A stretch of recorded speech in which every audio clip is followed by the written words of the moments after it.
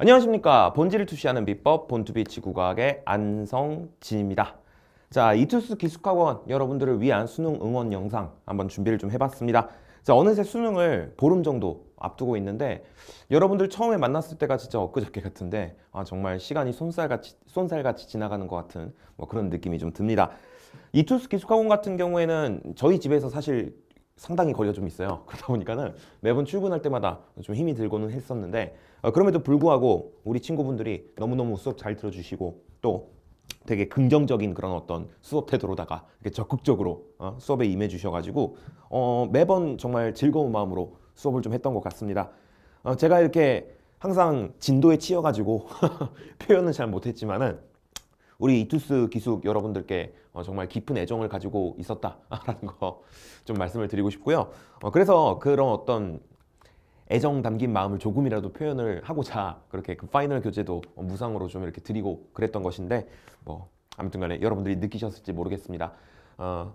여러분들 수능 정말 대박 나시길 바라겠습니다. 저의 이런 어떤 깊은 애정을 담아서 정말 진심된 마음으로 여러분들 정말 수능 대박 나시길 제가 기원을 좀 하도록 하겠습니다. 자, 그리고 이렇게 응원과 함께 여러분들한테 이번 영상을 통해서 이렇게 두 가지 내용 조금 말씀을 드리고자 해요.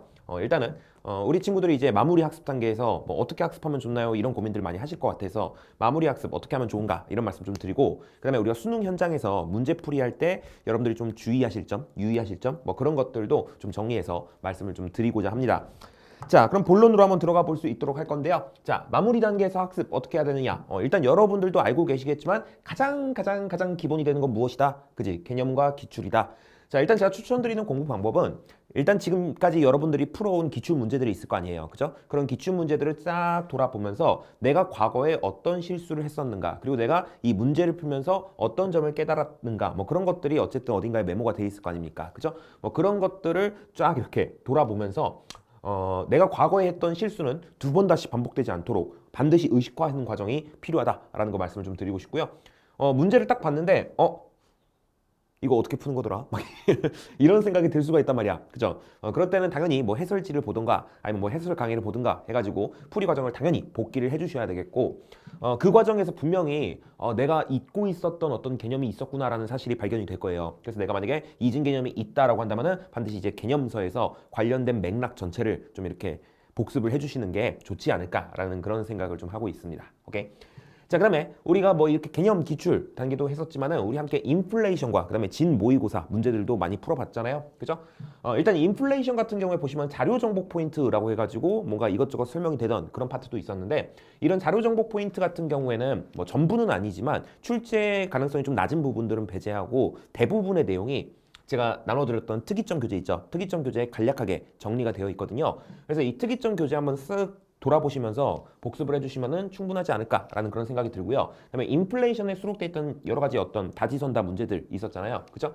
거기서 이제 틀린 선지들 위주로 이제 여러분들이 풀이 논리를 좀 점검을 해주시는 게 좋지 않을까. 이 과정에서도 마찬가지로 내가 잊고 있었던 어떤 개념이 있다라고 한다면은 개념서에서 관련된 개념을 꼭 복습을 해주시길 바라고요. 오케이. 그다음에 이 특이점 교재가 저는 이제 수능 시험장에 들고 가기 굉장히 좋은 교재라는 생각이 들거든요. 여러분들 받아보셔서 알겠지만은 굉장히 얇고 가볍고 컴팩트합니다. 그리고 우리가 배운 대부분의 내용이 또 깔끔하게 정리가 되어 있지. 그지? 그러다 보니까는 이제 여러분들이 자주 까먹는 그런 내용들이라든가 아니면 여러분들이 반드시 기억해야 할 것들이라든가 아니면 여러분들이 자주 실수하는 부분 그런 것들 이제 포스트잇에다가 정리를 해가지고 이 특이점 교재에다가 착착착착 이렇게 붙여둬가지고 여러분들만의 어떤 최종 정리의 어떤 노트 그걸로 이제 특이점 교재를 삼아가지고 수능 시험장에 들고 가면은 굉장히 효과가 좋지 않을까. 무슨 말인지 알겠죠? 그래서 이 특이점 교재에다가 이제 여러분들만의 여러 가지 데이터들을 단권화 하셔가지고 들고 가시면 최종적으로 마무리할 때 보시기에 적합할 것이다 라는 말씀을 드리면서 이제 두 번째 여러분들이 수능 현장에서 문제 풀이할 때 좀 유의하셔야 될 점들 거기에서 말씀을 드리고자 하는데 이게 칠판 공간이 좀 부족해가지고 한번 지우고서 말씀을 드리도록 할게요. 자, 문풀시 유의사항에 대해서 말씀드릴 수 있도록 하겠습니다. 자, 일단은 수능 지구과학 문제가 이런 식으로 구성된다라는 거 알고 계시죠? 발문 1, 자료, 발문 2, 선지 이렇게 나눌 수가 있겠는데 자, 이 중에서 발문 1 같은 경우에는 아래에서 나올 자료에 대한 설명과 함께 여러 가지 조건이 주어지는 그런 부분이라고 할 수 있거든요. 자, 근데 일단은 이 발문에서 자료에 대한 설명이 이루어진다라는 걸 여러분들이 인지하면서 좀 읽어주셔야 되겠고 그 그래가지고 이 발문 원에서 나와 있는 문장이 이 문장만으로 좀 잘 이해가 안 될 때가 있단 말이야. 그럼 그럴 때는 아래쪽에 나와 있는 자료와 번갈아 보시면서 요 부분이 이걸 의미하고 요 부분이 이걸 의미하고 이런 식으로 좀 읽어주시다 보면은 독해에 있어서 어려움이 좀 덜어질 것이다 라는 말씀을 좀 드리고 싶습니다. 그다음에 제가 문제풀이를 할 때 항상 말씀을 드리는 내용이지만 이 발문 원에 나와 있는 설명을 간략하게 자료 옆에다가 메모를 해두는 습관을 들이는 거 굉장히 좋아요. 그래서 예컨대 발문 원에서 뭐 다음은 06시에 촬영한 뭐 가시 영상이다 뭐 이렇게 설명이 나와 있으면은 요 자료 옆에다가 06시 가시 이렇게 메모를 해두는 거지. 오케이?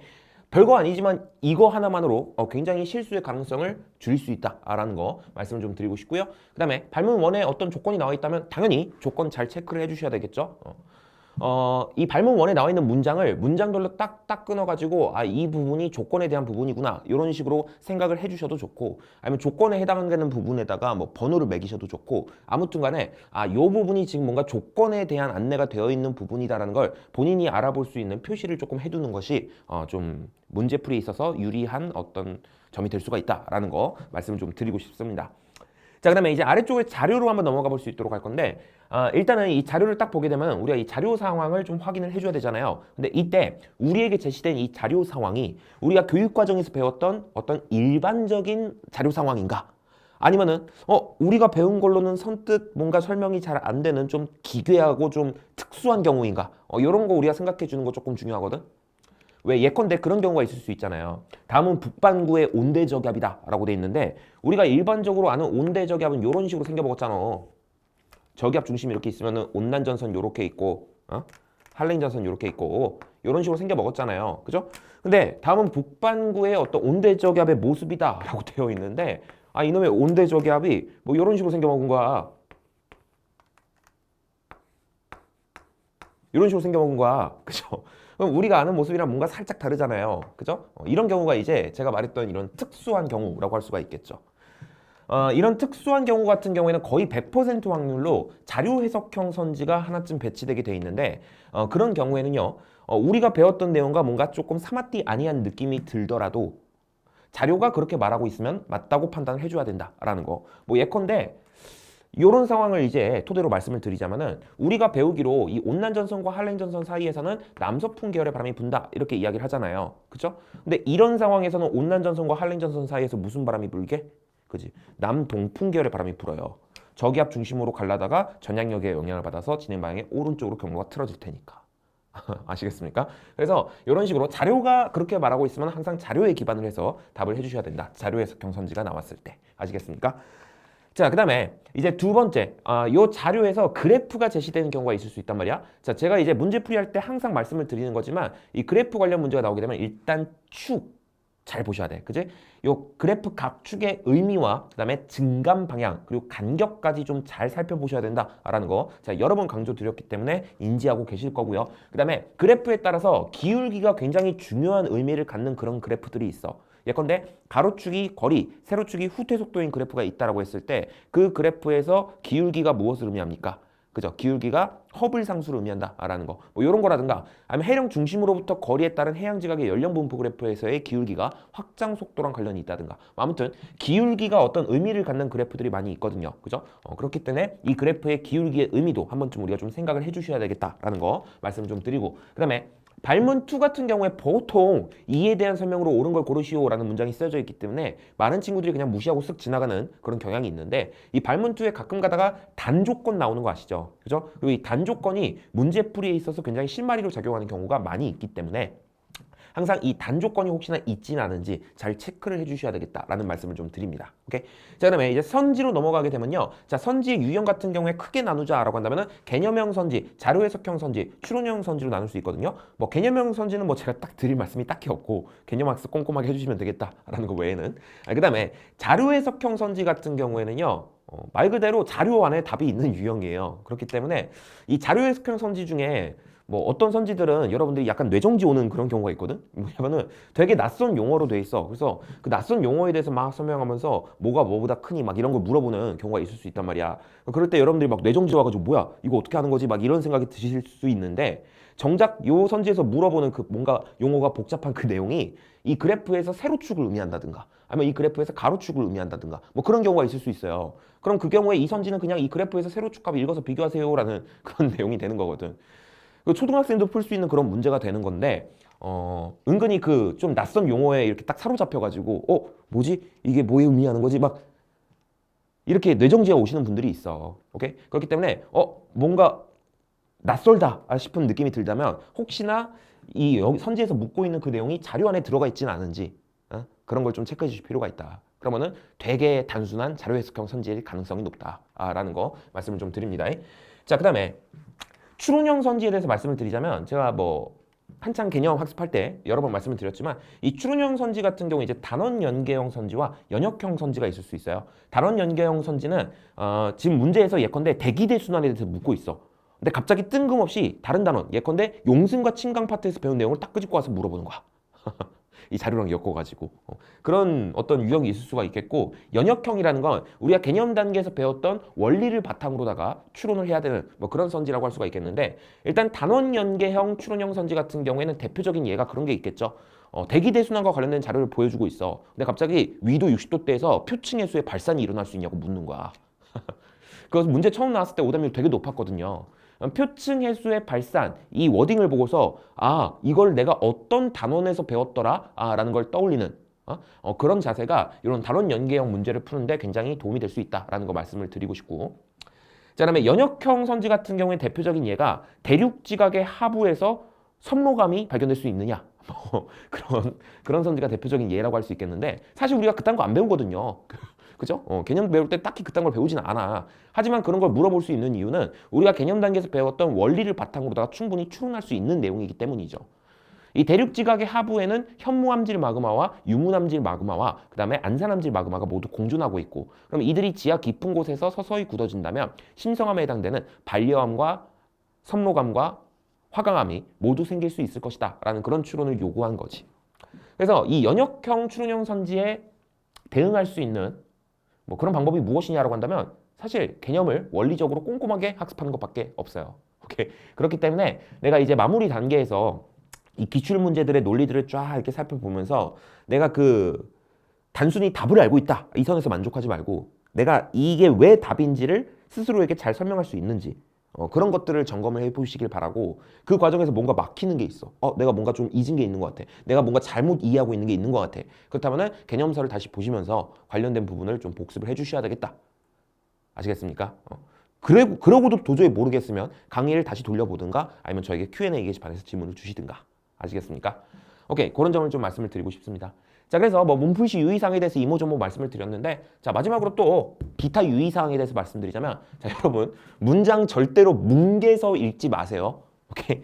예컨대 엘니뇨 라니냐 파트에서 이 서태평양의 표층 수온 빼기 동태평양의 표층 수온의 값을 비교하시오 라는 이런 선지가 있을 수 있고, 그 다음에 서태평양의 표층 수온의 편차 빼기 동태평양의 표층 수온의 편차 값을 비교하시오.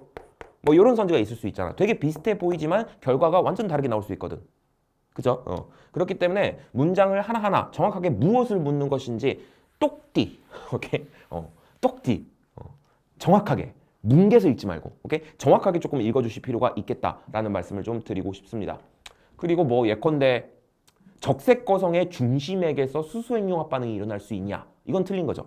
근데 중심액이 아니라 적색거성의 내부에서 수소액융합 반응이 일어날 수 있냐? 하면 이건 맞는 거죠. 그죠? 이런 식으로 문장을 절대로 뭉개서 읽으시면 큰일 나는 경우가 많다라는 거 말씀을 좀 드리고 싶고요. 자, 그 다음에 주어 체크. 이거 은근히 이것 때문에 틀리는 친구도 되게 많아. 뭐 A는 B보다 어쩌다. 뭐 A보다 B는 어쩌다. 이거 잘못 봐가지고 틀리는 분들 굉장히 많단 말이지. 그래서 여기서 문장에서 주어가 무엇인지를 매 선지 풀 때마다 정확하게 체크하시는 게 굉장히 중요하다라는 거 말씀을 드리고 싶고, 주어를 보면은 밑줄을 치세요. 오케이.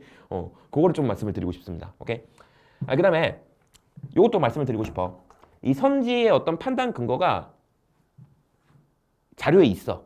오케이? 그러면은 내가 배운 내용과 살짝 뭔가 사마띠 아니냐는 느낌이 들더라도 어쨌든 자료가 그렇게 말하고 있다라고 한다면은 자료를 우선적으로 답을 해주셔야 된다라는 거 말씀 좀 드리고 싶고, 자, 뭔가 선지 판단의 근거가 자료에 없어. 그러면은 어떻게 풀라는 얘기예요? 그죠? 우리가 교육 과정에서 배웠던 그 일반적인 상황들 있지, 일반론, 그지? 이 일반론을 기준으로 문제를 풀라는 게 문제의 의도라는 거. 아시겠습니까? 요거 여러분들 조금 생각을 해주시면은 문제 푸는 데 있어서 좀 도움이 될 것 같다라는 생각이 듭니다. 아시겠습니까? 자, 이렇게 해가지고 이제 이투스 기숙학원 여러분들을 위한 뭐 수능 응원 영상 한번 찍어봤는데, 제가 성격이 약간 이렇게 좀 이렇게 다정다정하고 막 이렇게 오그리토그리한 그런 말을 잘 못하는 그런 성격이라 가지고 뭐 강의에서도 그런 말씀을 잘 못 드렸던 것 같고, 지금 이 수능 응원 영상에서도 여러분들의 성공을 기원합니다 뭐 이런 말보다는 이렇게 뭔가 방법론적인 뭐 그런 이야기들을 많이 한 것 같은데, 제가 정말 이투스 기숙학원 여러분들 많이 애정하고 있습니다. 좀 알아주시면 감사드리겠고, 여러분들 기억 속에 되게 우리 열심히 가르쳐 주셨던 지구과학 강사님이 계셨다, 요런 게 뭐 기억 한 자락이라도 좀 자리하게 되면은 제가 정말 큰 뿌듯함을 느끼게 될 것 같습니다. 자, 아무튼 간에 여러분들 모두 다 정말 이 수능 날에 여러분들 커리어 하이를 찍으시길 정말 기원을 드리겠고요. 모두가 다 만점을 받기를, 다소 비현실적이지만 그래도 모두가 다 만점을 받기를 저는 기도하고 있겠습니다. 네.